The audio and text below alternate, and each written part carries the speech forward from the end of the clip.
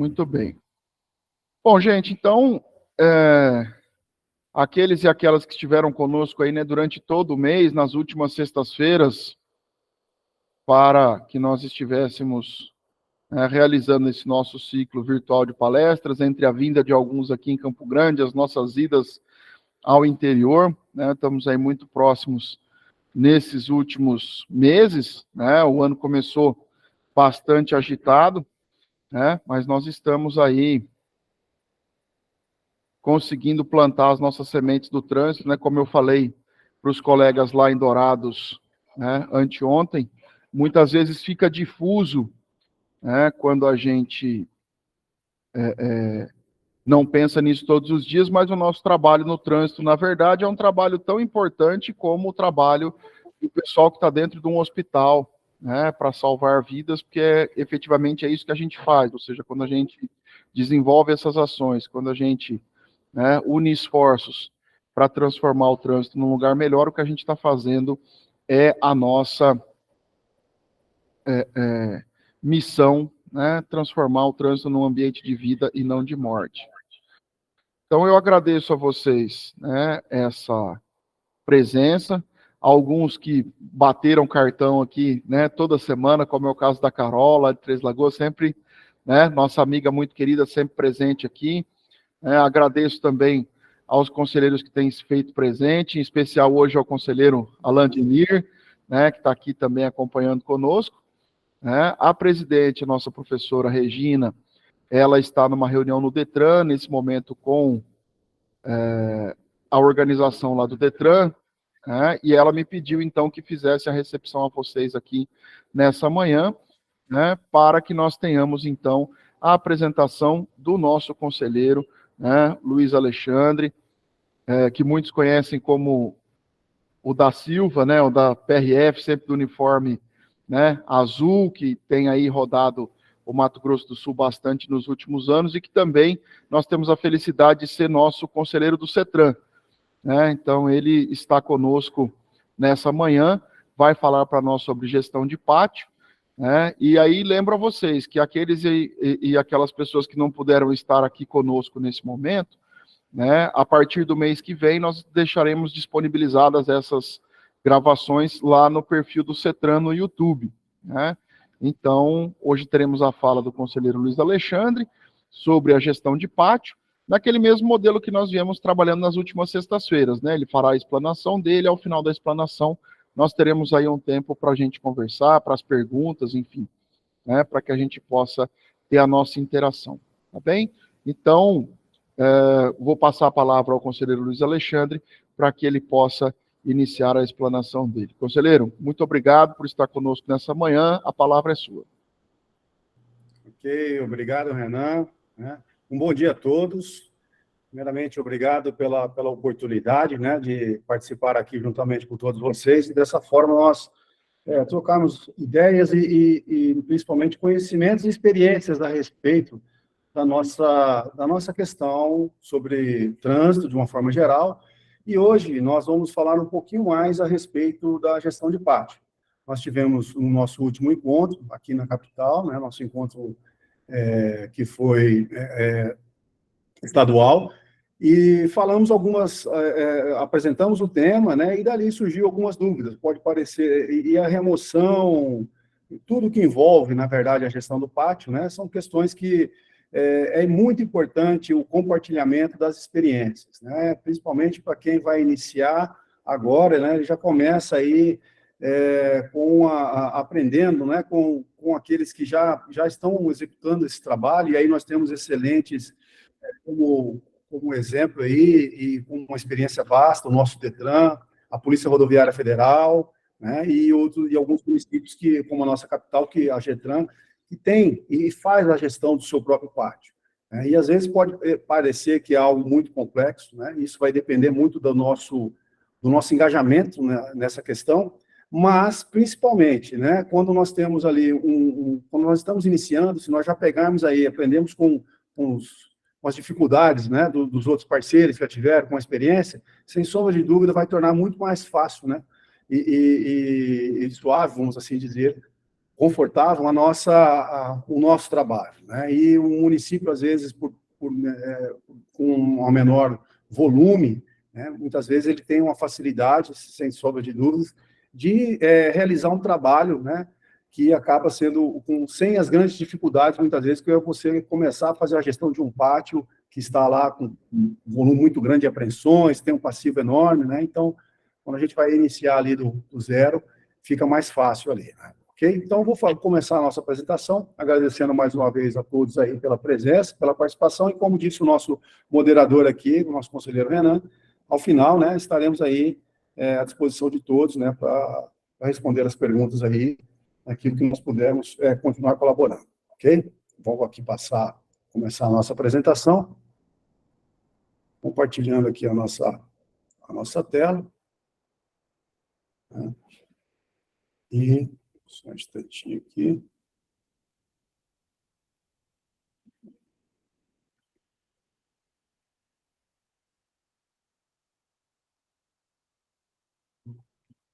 Ok. Pergunta se está... Renan, pode me dar um feedback aí? Está aparecendo? Deu certinho aí? Tranquilo, okay. Perfeito. Pode prosseguir. Então, iniciando, nosso tema hoje, gestão de pátio, né? E eu vou começar falando um pouco sobre a matéria obrigatória para toda agente de fiscalização, né, para todos nós que trabalhamos na gestão e na organização das questões pertinentes ao trânsito, tanto aos órgãos julgadores, enfim, todos nós. Dever de casa, a leitura e o conhecimento do Manual Brasileiro de Fiscalização de Trânsito. O nosso MBFT, como é conhecido, ele é instituído por uma resolução, ele contempla todos os procedimentos gerais a serem observados pelas autoridades de trânsito, seus agentes e órgãos de julgamento de primeira e segunda instâncias. Está estruturado em fichas de fiscalização classificadas por código de enquadramento da ação e seus respectivos desdobramentos. A interpretação das normas, isso é fundamental, né? Que nós tenhamos isso aí pacificado no nosso entendimento. A interpretação das normas contidas no Manual Brasileiro de Fiscalização de Trânsito, bem como dos conceitos e definições, representa a posição oficial sobre a aplicação da legislação de trânsito, por parte da Senatran, quanto pelo CONTRAN, tendo efeitos vinculantes para todos os órgãos do Sistema Nacional de Trânsito. Então, esse efeito vinculante torna obrigatório, né, recepcionarmos esse entendimento. A letra fria da lei, né, a lei seca, vamos assim dizer, né, ele traz ali, pode gerar diversas interpretações dentro de um mesmo órgão de trânsito, por exemplo. Então, para dirimir essas questões, justamente, em razão de tudo isso que já se vivenciou, né, no passado, nós temos aí, estabelecido pelo CONTRAN, o Manual Brasileiro de Fiscalização de Trânsito, que ele vem, na verdade, dar a interpretação, né, diz como tem que ser feito, o que significa, e ele é uma leitura obrigatória para nós, para todos que trabalham com trânsito, né, porque ali nós justificamos, motivamos, embasamos todos os nossos atos administrativos e tiramos as nossas dúvidas, né, e seguimos uma única orientação. E isso é muito importante para todos os atos praticados, todos os atos administrativos das autoridades e agentes da autoridade de trânsito. Bem, e dentre dentre os vários assuntos abordados, né, nós temos ali as medidas administrativas, que, segundo o Manual Brasileiro de Fiscalização de Trânsito, são providências de caráter complementar, exigidas para a regularização de situações infracionais, sempre em grande parte de aplicação momentânea, e tem como objetivo prioritário impedir a continuidade da prática infracional, garantindo a proteção à vida e à incolumidade física das pessoas, e não se confundem com as penalidades, né? E compete à autoridade de trânsito, com circunscrição sobre a via e seus agentes, aplicar as medidas administrativas, considerando a necessidade de segurança e fluidez do trânsito. Continuando, né, ainda sobre medidas administrativas, diz o manual: a ausência de registro no auto de infração de trânsito da medida administrativa adotada ou a impossibilidade de sua aplicação ou conclusão não invalidam a autuação pela infração de trânsito. É muito comum, às vezes, nós recebemos aí, né, alegações e argumentos solicitando cancelamento de auto-infração porque a medida administrativa não foi cumprida, né? e isso não condiz com e não é isso, né? Então, está muito claro e especificado ali, explícito no nosso manual, que por uma impossibilidade que o agente de trânsito, né, não tenha condições de aplicar a medida administrativa, o auto não será invalidado. E a eventual invalidação, inclusive o arquivamento do auto de infração, não prejudicará necessariamente a medida administrativa aplicada pelo agente da autoridade de trânsito. É claro que isso tem que ser analisado, né, devidamente, pois se houver algum vício, realmente, desde o recolhimento, a remoção do veículo, ou no auto de infração, tudo cairá por terra, né? Mas isso fica para uma segunda instância, ok? Remoção do veículo. Dentre as medidas administrativas previstas na legislação, né, no CTB, existe a remoção do veículo, né? E a remoção do veículo ela tem qual finalidade? Tem por finalidade restabelecer as condições de segurança e fluidez da via, ou garantir a boa ordem administrativa. Consiste em deslocar o veículo do local onde é verificada a infração para depósito fixado pela autoridade de trânsito, com circunscrição sobre a via. Ok? Então, nós temos lá no CTB, nos artigos, as medidas administrativas, quando cabe remoção, mas muitas vezes nós não temos, não está definido para todos os pontos. Por exemplo, veículo abandonado, veículo acidentado, como classificar naquelas situações. O acidentado, quando não tem ali o proprietário, nem o responsável pela guarda, pela remoção, pode ali, deve, na realidade, né, a autoridade de trânsito, tendo condições de aplicar e realizar a remoção desse veículo para o local, um depósito fixado pela autoridade de trânsito, né? E a remoção, quando muitas vezes, se eu não tiver a remoção, ela deve ser feita, diz o próprio manual, ele deixa bem claro, que ela deve ser feita por meio de veículo destinado para esse fim, a serviço do órgão de trânsito, ou na falta deste, valendo-se da própria capacidade de movimentação do veículo a ser removido, desde que haja condições de segurança para o trânsito, de acordo com a regulamentação do órgão responsável pela remoção. Bem, é importante, surgiu essa dúvida lá no nosso encontro estadual, né, foi feita uma pergunta para um agente da autoridade de trânsito, se quando ele não tivesse o serviço de remoção, o guincho, né, o veículo apropriado para fazer a remoção, se ele precisasse fazer por meios próprios, o próprio veículo, conduzir o próprio veículo, havia alguma ilegalidade nisso? Então, a resposta está aí, né? Não há, pode ser feito, desde que observadas sempre, né, as questões de segurança para o trânsito, ok? Bom, passado isso, né, nós vamos começar a falar um pouquinho mais agora da gestão de pátio. A partir do momento, né, que eu começo a aplicar a medida administrativa de remoção do veículo, quando eu inicio ali, quando eu vou dar início ao recolhimento desse veículo, né, automaticamente, né, em consequência, eu terei que fazer a custódia desse veículo, terei que encaminhá-lo a um pátio, a um depósito fixado pela autoridade e pelo órgão de trânsito próprio ali, e realizar a custódia desse veículo. E aí começa a nossa, já desde o recolhimento, começa a nossa preocupação e nós temos que estar atentos com a gestão de todo esse ciclo. E, posteriormente, após a custódia, esse veículo não sendo retirado, não sendo procurado pelo seu proprietário, nós teremos que fazer o quê? A alienação desse veículo, né? Porque o pátio ele não é para ficar de eterno com veículos ali por décadas, como a gente, como infelizmente ocorre em alguns órgãos de trânsito, por diversos motivos. Muitas vezes você tem um passivo ali de anos dentro de um pátio, isso traz muito transtorno, preocupação, né, e responsabilidade para o gestor. Por isso que é importante nós realizarmos a alienação desses veículos que não forem retirados pelos seus proprietários dentro do prazo legal. E a alienação ela é feita através de leilão, né? E é importante nós começarmos aí observar os detalhes e discutir, né, estar atento a todo esse ciclo, às necessidades e às determinações legais. Bom, o pátio, o que é o pátio ali, né? O pátio de custódia, o depósito, né? Ele nada mais do que o local apropriado para a guarda do veículo recolhido, nas condições estabelecidas pelo órgão competente, que ofereça condições suficientes para a manutenção das características do veículo no momento do recolhimento, com exceção dos danos provocados pela ação de agentes da natureza durante o tempo em que ficar sob custódia, tais como intempéries e variações do tempo e clima.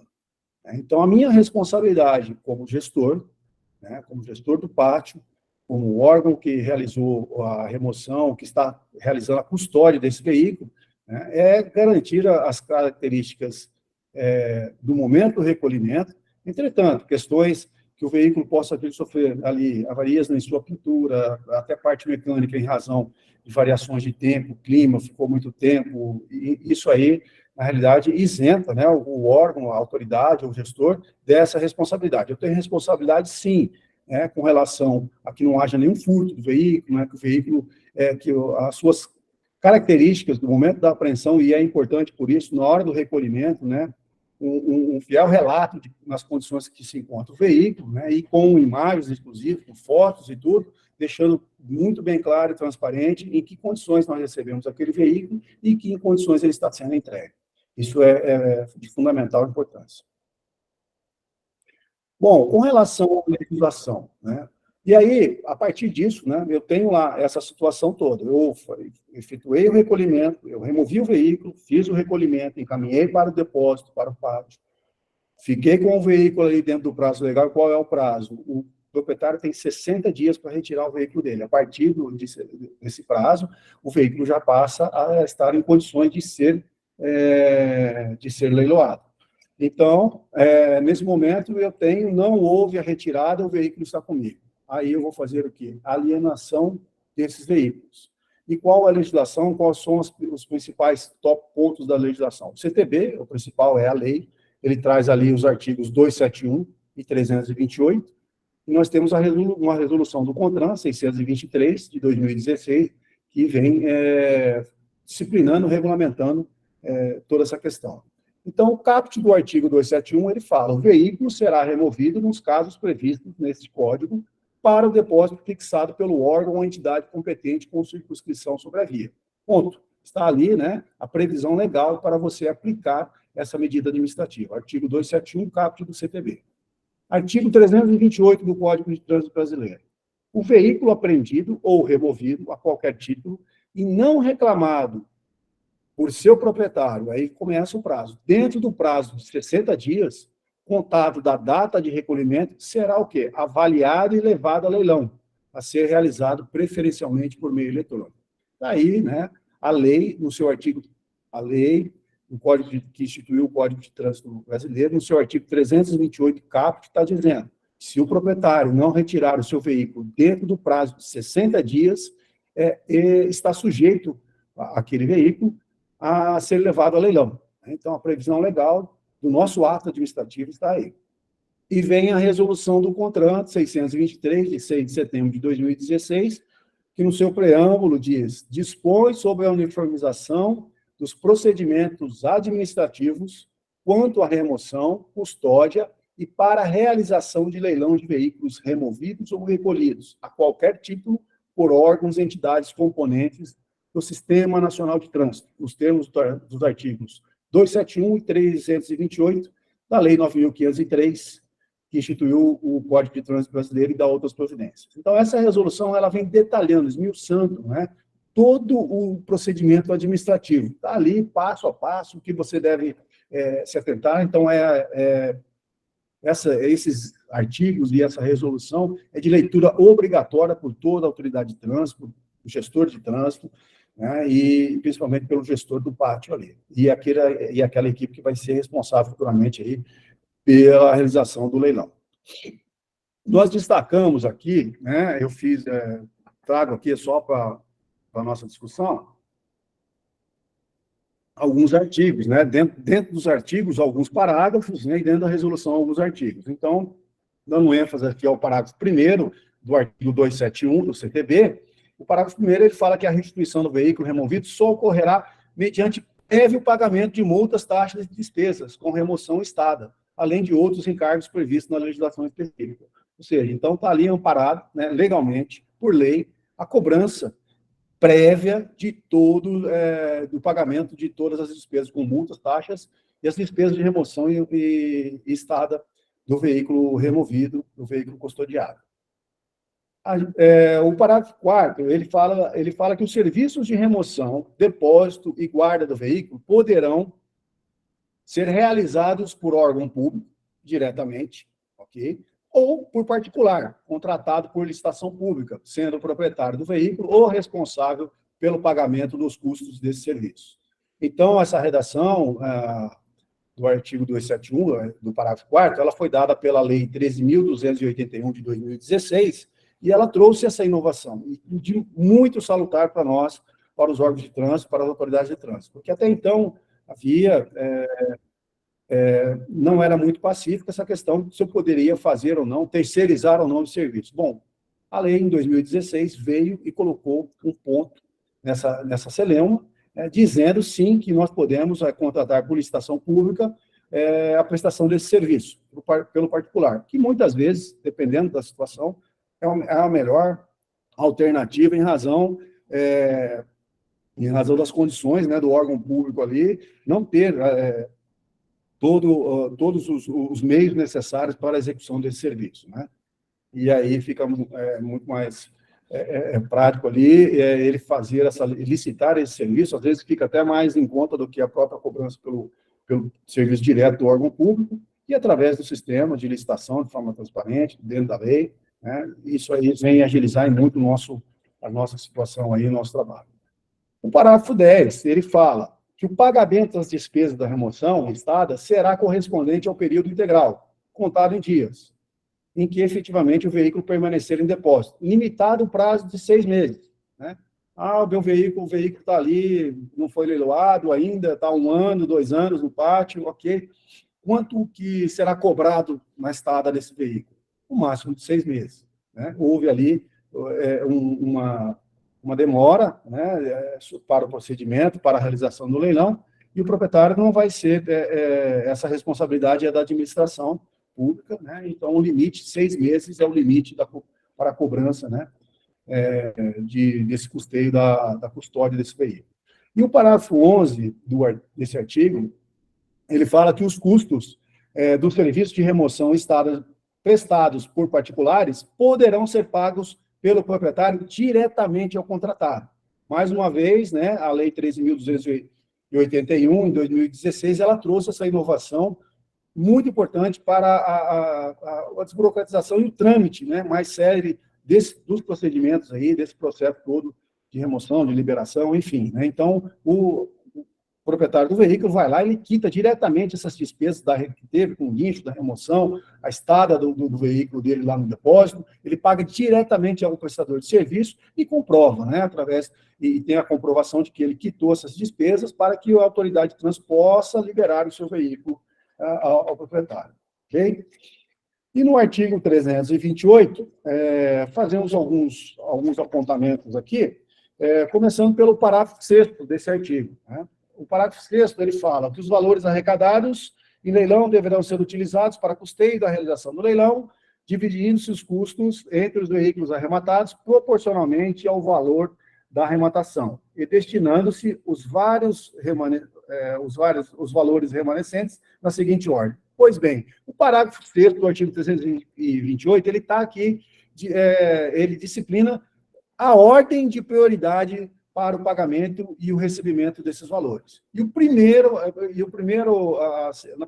item primeiro ali, a primeira ordem, vem o pagamento das despesas com remoção estada. É fundamental a garantia para o equilíbrio econômico-financeiro desse contrato, né, principalmente quando você tem um contrato com um terceiro, com um particular, né, para que seja honrado esse compromisso, que o particular receba pelo seu serviço prestado. Né? Isso é o que vai trazer credibilidade, isso é o que vai trazer interesse do particular em participar, por exemplo, das licitações, quando você abrir ali o certame, colocando ali, ele vai ter interesse na participação, a solicitação não vai dar deserto, porque o prestador de serviço, ele sabe que ele vai prestar um serviço, ele vai se preparar e vai receber pelo aquele serviço prestado. Então, é fundamental que isso seja garantido. Né? E aí vem os demais itens, colocando tributos vinculados ao veículo, como em segundo lugar. Em terceiro lugar, credores trabalhistas, tributários e titulares de crédito, né? Aí vem as questões do Poder Judiciário. Em quarto lugar, as multas devidas ao órgão que está realizando o leilão. Depois, as demais multas aos demais órgãos integrantes do SNT. E aí vem ainda aqui os demais créditos, segundo a ordem de preferência legal. Ok? E o parágrafo 8º, nós chamamos a atenção para o parágrafo 8º, que ele fala que os órgãos públicos responsáveis serão comunicados do leilão previamente para que formalize a desvinculação dos ônus incidentes sobre o veículo no prazo máximo de 10 dias. Então, não sou eu, a autoridade de trânsito, que estou leiloando, o gestor, que determino o prazo que solicito. É a lei, né? Está ali, o parágrafo 8º. Um órgão de trânsito que tiver ali algum registro de alguma pendência, algo sobre aquele veículo, ele tem em 10 dias levantar ali, né, essas pendências, enfim, né, tudo que tiver ali registrado sobre o veículo, ele tem que desvincular os valores, por exemplo, de multas. Né? Você está aí leiloando seu veículo aí no município X, oficializa a Polícia Rodoviária Federal para que ela retire as multas daquele veículo que ele vai a leilão. Nós temos que desvincular do veículo. Esses valores ficarão vinculados ao CPF do proprietário, dívida pública, que essa situação toda vai para a dívida pública, a Fazenda Pública vai fazer a cobrança, enfim, mas eu tenho que liberar ali, desvincular do veículo para que ele possa ir à asta pública.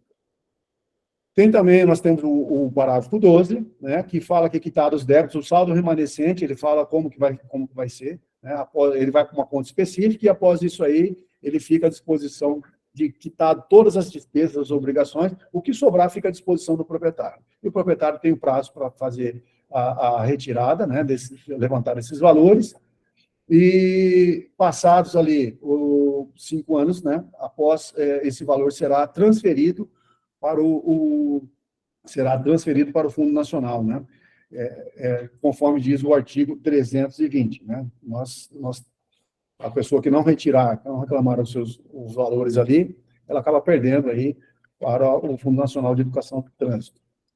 E nós temos a resolução 623, né, o parágrafo 14 e 15 a gente vai falar um pouquinho mais específico, e o 623 ele traz ali vários artigos, né, e eu vou falar só sobre o 40 aqui, tem o 6º e o 8º, e é importante que os senhores e senhoras procurem posteriormente aí, e no artigo 40 ele fala, ele traz a exigência, né, que cumpridas as exigências, da necessidade de nós mantermos, né, que aquela autoridade de trânsito, aquele órgão de trânsito, manter sob registro e arquivo toda a documentação referente ao procedimento de leilão, para eventuais consultas de interessados na forma da lei, pelo prazo de 5 anos. Então, nós temos que manter todas as informações do leilão daquele veículo pelo prazo de 5 anos, né, para qualquer eventualidade.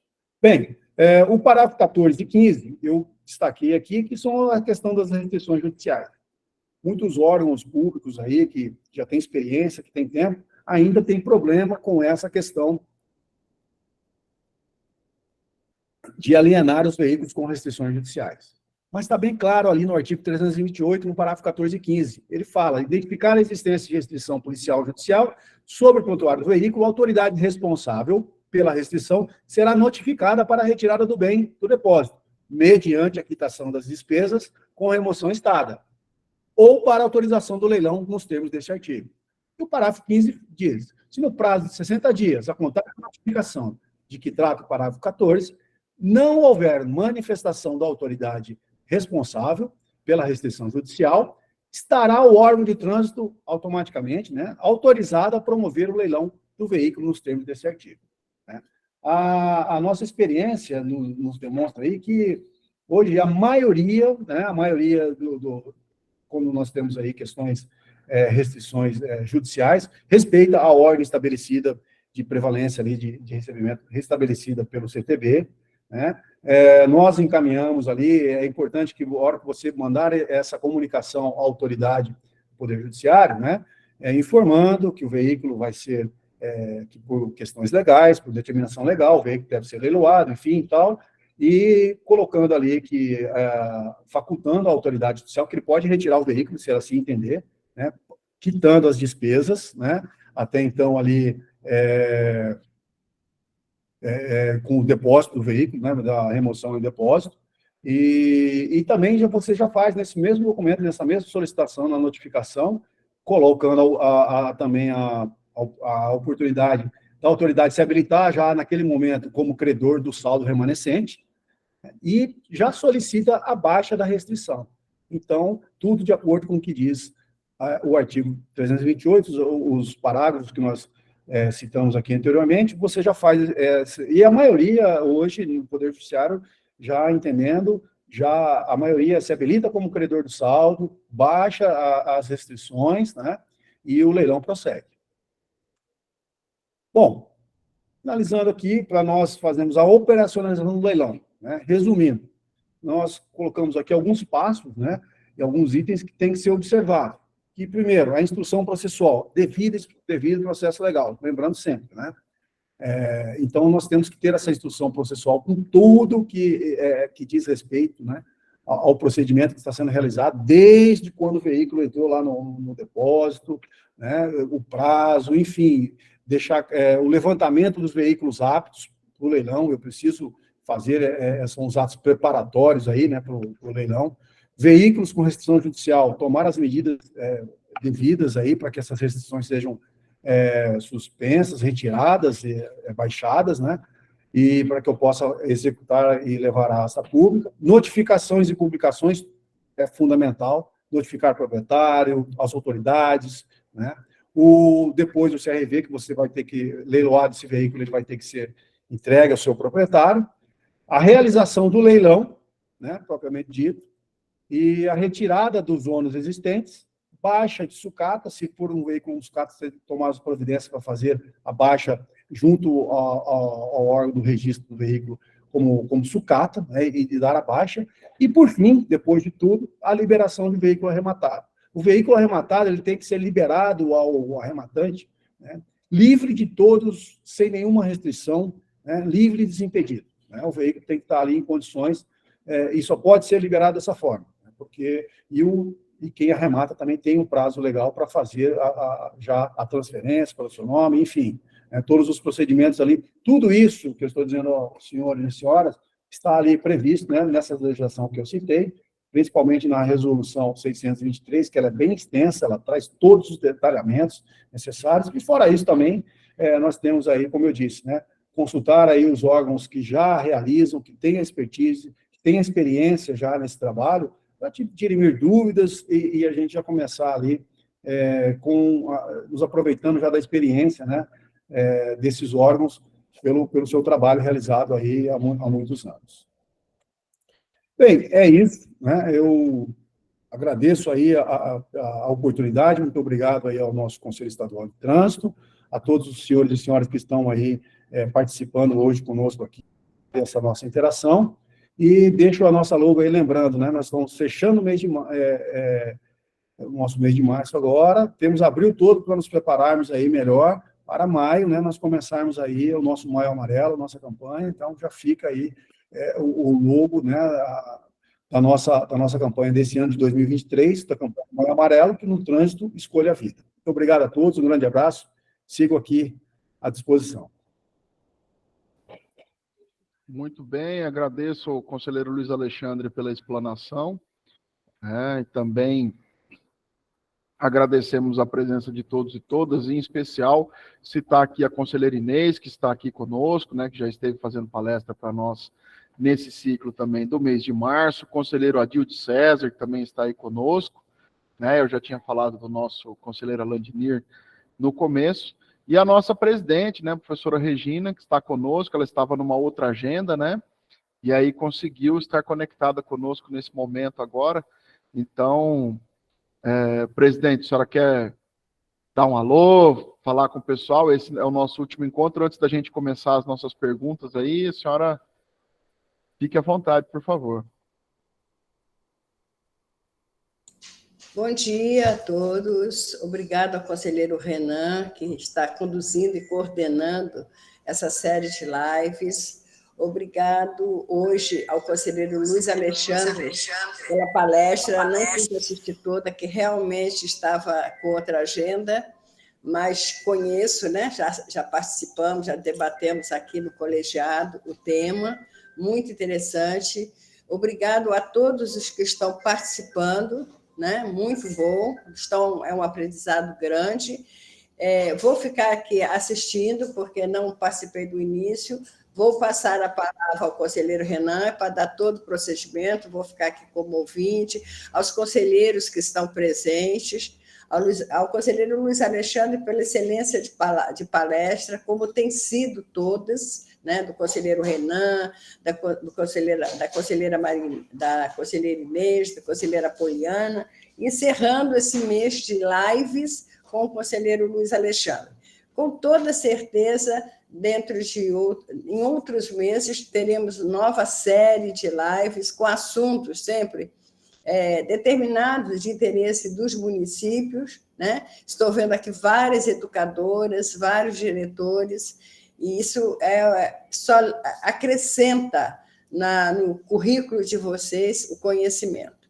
Muito obrigado, e, Renan, continue a fazer a dinâmica da live. Obrigada a todos.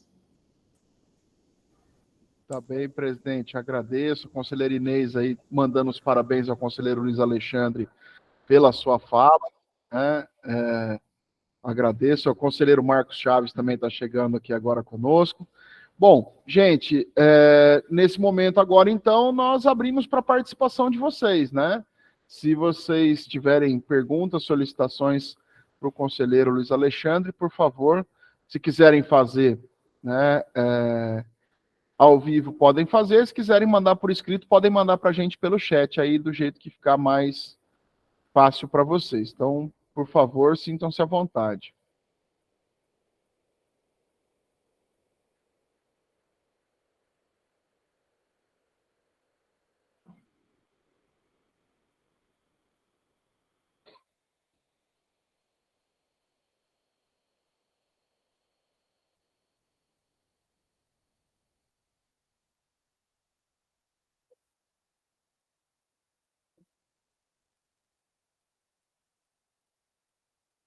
Sim.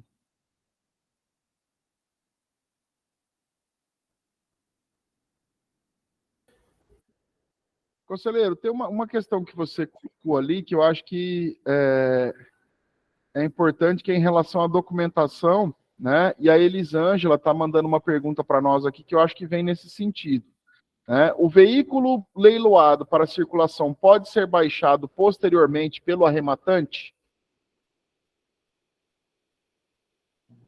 Olha, depende das suas condições, né? Na verdade, essa baixa do veículo, quem tem a obrigação é do órgão que está realizando o leilão, né? E tem os seus motivos ali, se for sucata, como nós falamos ali, se ele tiver algum impedimento, né, para a sua circulação. É um dever de ofício, na verdade, da autoridade de trânsito, não de quem está arrematando, né? Não sei se foi nesse sentido que foi a pergunta da Elisângela. Ela está sinalizando aqui para a gente que sim, ela está ali com a câmera aberta, está dando um ok para nós ali. E é muito importante, como nós falamos, assim, essa troca de experiência, né? Porque a cada dia pode surgir um problema novo, um fato novo, inusitado. Nenhum órgão, por mais experiente que seja, passou por todas as situações ali, né? As exceções, elas aparecem, elas acontecem, e é de fundamental importância. E aí, como eu represento aqui a PRF no Conselho, a Polícia Rodoviária Federal no Conselho Estadual de Trânsito, nós temos também representantes do DETRAN, mas, sem sombra de dúvidas, né, não, a Polícia Rodoviária Federal, a nossa parte, os responsáveis, os gestores por essa gestão do pátio, por todas as questões que já passaram ali, eles estão à disposição, né, de todos os nossos municípios aqui, de forma para fazer essa interação, né, e ajudar também naquilo que for preciso, assim como o nosso próprio Conselho Estadual de Trânsito, né, e o DETRAN também. Então, é um ganho que nós temos aí, um esforço que tem que ser de todos, né? E a gente nos colocamos aí à disposição para ajudar, né, os municípios que quiserem iniciar com essa questão. Então, às vezes, nem sempre quem pode mais, pode menos, como se diz a máxima, né? Então, quando vou começar, no município, às vezes, é menor, é pequeno, muito mais fácil, né? Já desde o início, eu já começar de uma forma bem organizada e aprendendo com a experiência daqueles que já passaram por várias situações aí, que já tiveram vários problemas, né, no caminhar aí dessa questão, que também é um fato novo. Por exemplo, a PRF, esse leilão, né, ele veio realmente ficar mais sedimentado em 2017 para cá, né, mas estamos à disposição para compartilhar aí as experiências com os demais órgãos parceiros. Muito bem. Aí a Elisângela complementa aqui, né? Cheguei atrasado, perdi parte da documentação. Poderia assistir depois? Sim, Elisângela, todas as lives que a gente realizou nesse mês de março, elas foram gravadas, tá? E elas vão ser disponibilizadas agora, a partir do mês de abril, no perfil do CETRAN do YouTube. Aí assim que a gente conseguir subir as gravações todas para lá, a gente também divulga, né? E é importante que vocês sigam o CETRAN lá no Instagram. Nós temos o @CETRANMS, que é o perfil do CETRAN de Mato Grosso do Sul lá no Instagram, porque aí a gente coloca lá também os cardzinhos com essas novidades, com essas coisas, na hora que elas saírem, tá? Vamos então, temos aqui o José Augusto. O José Augusto está perguntando aqui: leilão realizado pelo Poder Judiciário entre duas pessoas, onde uma está tentando receber uma dívida e o veículo foi penhorado. O leilão é realizado para quitar a dívida de uma pessoa para outra. Com relação aos débitos do veículo, como fica? Pois bem, vamos deixar para esclarecer. O leilão que nós realizamos, o nosso leilão é administrativo, né? É do órgão público, é da autoridade do órgão de trânsito. Então, é o órgão de trânsito responsável com a competência, que está ali com a custódia daquele veículo, né? Passar toda aquela situação. Quando nós formos realizar esse leilão, nós vamos notificar o Poder Judiciário. Se ele tiver com uma restrição judicial, o que cabe a nós, a notificação ao juiz competente, de que aquele veículo ali, que tem uma restrição judicial, que foi colocada pelo juiz, pelo processo que está sendo movido, pela discussão que está sendo discutida lá em juízo, aquele veículo vai ser leiloado pelo meu órgão de trânsito. Então, e ele vai entrar, essa parte, ele vai entrar o quê? Ele vai ser um dos credores.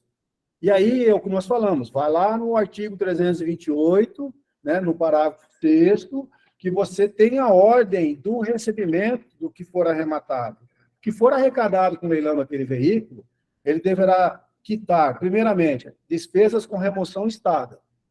Depois, tributos vinculados ao veículo na forma do parágrafo 10.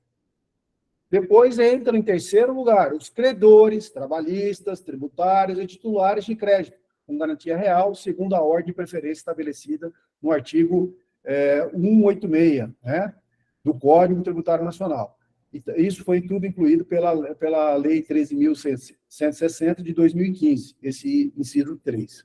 Então, ele vai entrar nessas condições. O que pode acontecer? Né, o que já aconteceu. E aí que eu falo é a questão da gente compartilhar experiências. Nós já tivemos situações em que a autoridade judiciária, né, determinou que o 100% do valor arrecadado fosse, ele solicitou, ele requisitou 100% do valor arrecadado, e não respeitando essa ordem estabelecida pelo artigo 328.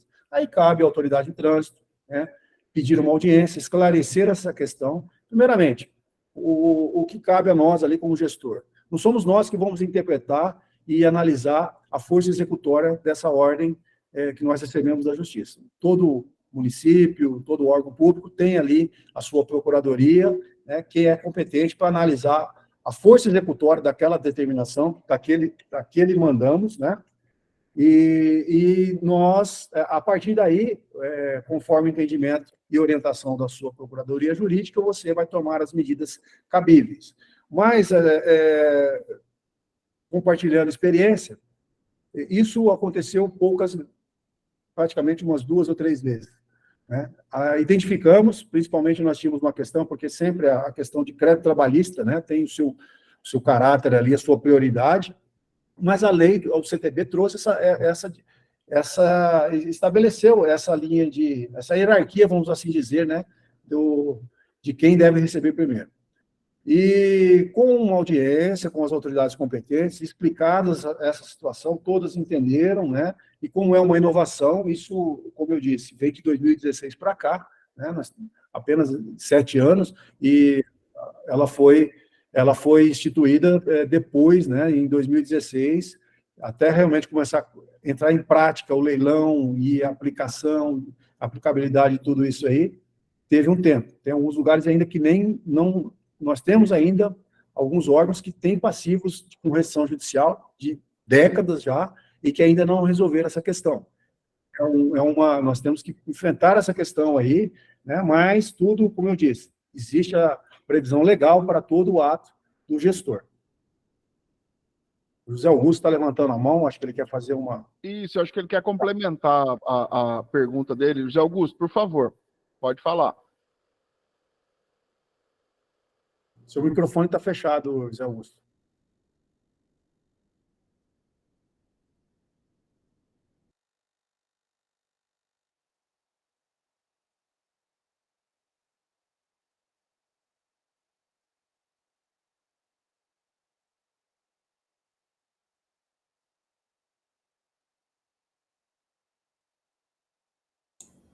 Eu acho, conselheiro Renan, eu acho que ele fez uma pergunta no chat. Ele tinha feito a pergunta pelo chat e aí ele levantou a mão depois. Eu achei que era alguma complementação, né? Sim.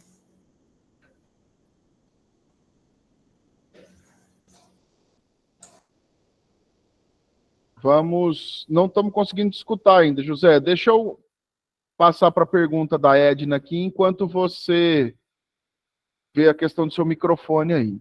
Bom, temos aqui a pergunta da Edna, conselheiro. Veículo em fiscalização em rodovia. O referido estava com os documentos atrasados, enfim, estava com débitos com a PRF. Recolheu e encaminhou para uma cidade próxima e não na cidade de domicílio do condutor. É normal e legal essa atitude? A PRF não poderia encaminhar para a cidade do condutor? Bom, respondendo, Ed, como eu disse, cada instituição ela tem a sua autonomia para estabelecer e disciplinar, né? E qual é o órgão responsável. Mas explicando um pouco sobre a questão da PRF. A PRF, a circunscrição de poder da PRF ela é dividida, além da superintendência, que é o estadual, né, que responde por todo o estado, a autoridade de trânsito é o superintendente, a PRF ela divide a sua circunscrição em delegacias, né? Então, e a licitação nós fazemos por lote, por delegacia. E uma delegacia, e todas as nossas delegacias, ela dentro da sua circunscrição, tem mais de um município. Então, imagina você se eu tiver que abrir uma licitação por município que tem ali um posto, às vezes um posto que na realidade é a nossa unidade operacional, as nossas UOPs, ele acaba abrangendo 3, 4 municípios. Campo Grande, por exemplo. Vou citar aqui o exemplo da capital. Nós temos aqui dentro da circunscrição da delegacia de Campo Grande os municípios de Jaraguari, Bandeirantes, Ribas do Rio Pardo, Campo Grande, né? Temos o município de Cidrolândia, Terenos e até mesmo com a divisa com Dois Irmãos do Buriti. Então, a circunscrição ela acaba, né, com a rodovia, como corredor logístico, ela passa por vários municípios. Então, no momento que eu vou fazer, é realizado ali a escolha de alguns pontos. Como na capital, nós temos mais de um depósito de veículos, mais de um pátio, né? Mas em algumas determinadas localidades, eu vou ter ali 2, 3 depósitos, né, o mais próximo possível, e aquela região vai ser atendida por aquele município, né? Então, até porque o veículo, ele está na rodovia, né, e dentro daquela região que foi determinada a circunscrição para a prestação do serviço terceirizado, aquela quilometragem está dentro de um quilômetro tal a tal, será o depósito determinado que seja no município X, né? Então, é por isso que às vezes acontece, eu não tenho como levar para o município. A mesma coisa se o veículo for abordado em Campo Grande, eu não vou ter que remover o veículo se o camarada mora, se a pessoa mora em outro município daqui, eu levar para a cidade dele. Ele vai ficar no local onde houve a fiscalização. Lembrando bem, a remoção ela acontece do local onde foi flagrada a irregularidade para o depósito fixado pela autoridade de trânsito, né? Então, é por isso que pode gerar, talvez, essa dúvida, né, essa interpretação, mas, na realidade, não há ilegalidade alguma nesse ato, né, e a forma como ela é feita ali, ela está amparado legalmente ali, sem nenhum problema. Muito bem, então vamos ver agora se o José Augusto conseguiu lá resolver o problema dele com o microfone. José Augusto.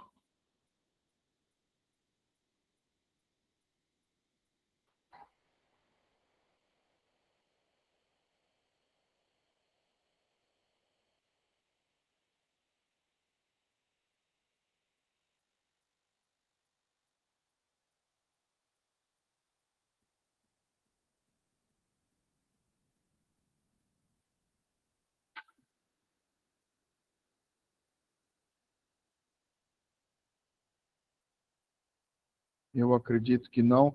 José, veja se você consegue resolver ou se você quer mandar ela pelo chat também, tá? Que aí a gente lê aqui se você não tiver com o microfone funcionando aí. Vamos ver se alguém tem mais alguma pergunta. Né? Mais alguém?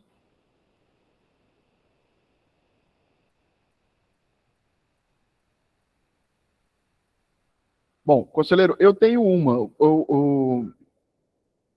Uma dúvida que o pessoal sempre tem é o seguinte: quando o carro é apreendido, né, ele tem que fazer esse saldo das dívidas com o leilão, mas muitas vezes a dívida é maior do que o valor do veículo, né? Então, quando essa dívida é maior do que o valor do veículo, o leilão pode não dar conta disso tudo, aí sobra esse resto ainda que fica ligado ao CPF do antigo proprietário. Como é que é? Você puder explanar um pouquinho isso para nós? Exatamente. O proprietário ele vai responder, né, pelas suas obrigações ali, quando o saldo é insuficiente, vai quitar o que foi possível, e o restante vai continuar ali, o proprietário, com a obrigação, né, com a obrigação com essa dívida, né, ele vai continuar com o proprietário. O veículo ele vai estar isento de qualquer situação, né, o veículo ele foi liberado, o arrematante ele não pode... Ele não deve, né, não cabe a ele nenhuma responsabilidade sobre um passivo que tenha ficado, que não possa ter sido quitado. Né? Quem arrematou o veículo tem que arrematar o veículo livre e desimpedido. Né? Então, o veículo, tudo que tinha sobre o veículo será desvinculado, né? O veículo só pode ser entregue dessa forma, para que realmente não se crie novos problemas, né? Novos entraves ali. Beleza. Muito obrigado. Bom, vamos então caminhar aqui para a nossa finalização, mas antes, né, antes que a professora Carol me chame a atenção aí, eu vou pedir para vocês, né, para aqueles que puderem, que tiverem com as suas câmeras aí, para que a gente possa abrir, né, as câmeras para nós fazermos a nossa foto de registro da participação de vocês conosco nesta manhã aqui.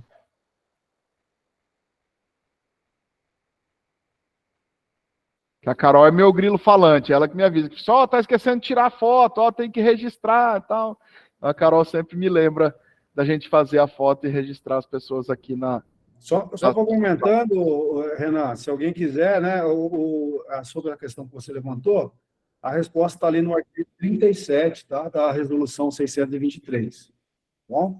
Ela diz lá, os débitos que não forem cobertos pelo valor alcançado com a alienação do veículo poderão ser cobrados pelos credores na forma da legislação em vigor, por meio de ação própria e inclusão em dívida ativa em nome dos ex-proprietários. Beleza. Maravilha, conselheiro. Vamos então, vou fazer aqui, preparem-se aí, vou fazer o registro aqui da nossa foto. E aí eu vou enviar depois lá para o Instagram do CETRAN, tá? Vamos lá então. Vamos fazer a primeira, aí depois a gente faz uma segunda, que é a Graciele, né? Tem o pessoal que está arrumando a câmera aí. Vamos lá, mais uma. Oi. Aí, registramos. Muito bem.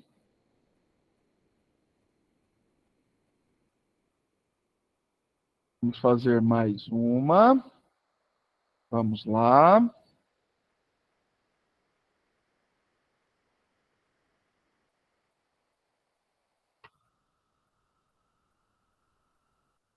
Ok. E para garantir... Ah, lá, a Graciele conseguiu colocar a câmera dela ali, vai aparecer conosco agora. Então vamos lá. Preparando para a nossa outra foto. Vamos lá, 1, 2, 3 e... Ok.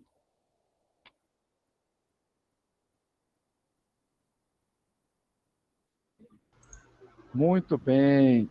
Excelente, gente.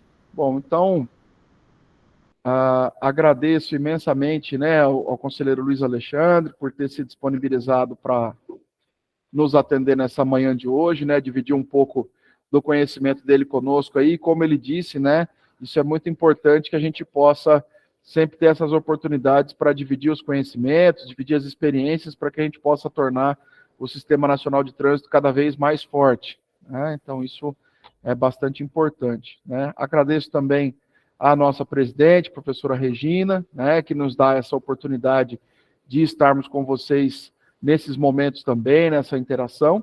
A gente, sempre que possível, temos os encontros presenciais, mas a gente também tem essa forma, né, de estarmos com vocês aí de uma maneira mais rápida, mas também com assuntos diversos, como a gente tem feito nessa proposta das nossas lives, né? Então, como a presidente frisou, devemos ter outras oportunidades ainda nesse ano para que a gente tenha outras temáticas. Se vocês tiverem temáticas que vocês acham que são importantes, que são interessantes, eu peço por gentileza que vocês mandem para nós ou pelo nosso Instagram, né, que é o @cetranms, ou por nosso e-mail, né, que é cetran@cetran.ms.gov.br, tá?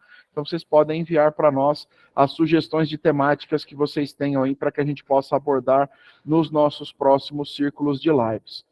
Lembro a vocês, mais uma vez, que as nossas lives ficarão disponíveis no perfil do CETRAN agora a partir do mês de abril, lá no nosso perfil do YouTube, né? E se alguém tiver mais alguma consideração, alguma pergunta, por favor. Presidente, gostaria de fazer uma finalização.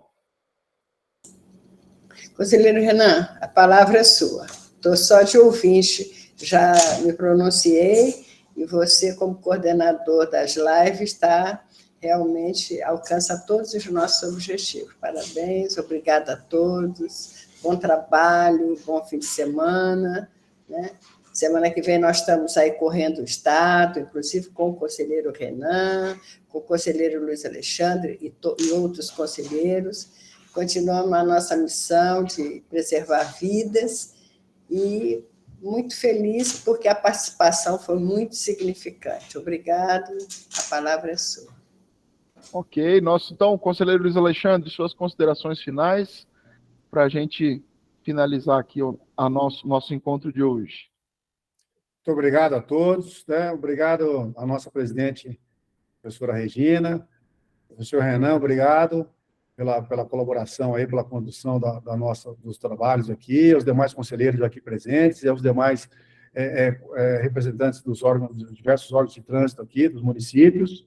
Agradeço a todos pela oportunidade e seguimos aqui as ordens à disposição naquilo que pudermos contribuir, ok? Um grande abraço a todos e um excelente final de semana. Muito bem, então finalizamos esse nosso mês de março aqui com as nossas lives, né? E em próximas oportunidades divulgaremos lá pelo Instagram do CETRAN, também pelo site, né? Ficamos à disposição de vocês, esperamos ter colaborado com vocês com os assuntos que nós tivemos as proposições, os conselheiros e as conselheiras que fizeram as nossas explanações durante essas semanas, tá? Agradecemos a todos e todas que puderam participar conosco, tá bom? E que vocês tenham aí um excelente final de semana, né? Vem chegando aí a nossa Páscoa e no trânsito a gente também precisa sempre pensar nessa questão da renovação, do renascimento, do comportamento e do trânsito como um ambiente de vida, né? Então que nós possamos aí entrar no mês de abril com esta reflexão, né? Que é a nossa grande bandeira deste ano, né? No trânsito, escolha a vida. Então, um grande abraço a todos e todas e até a próxima. Valeu!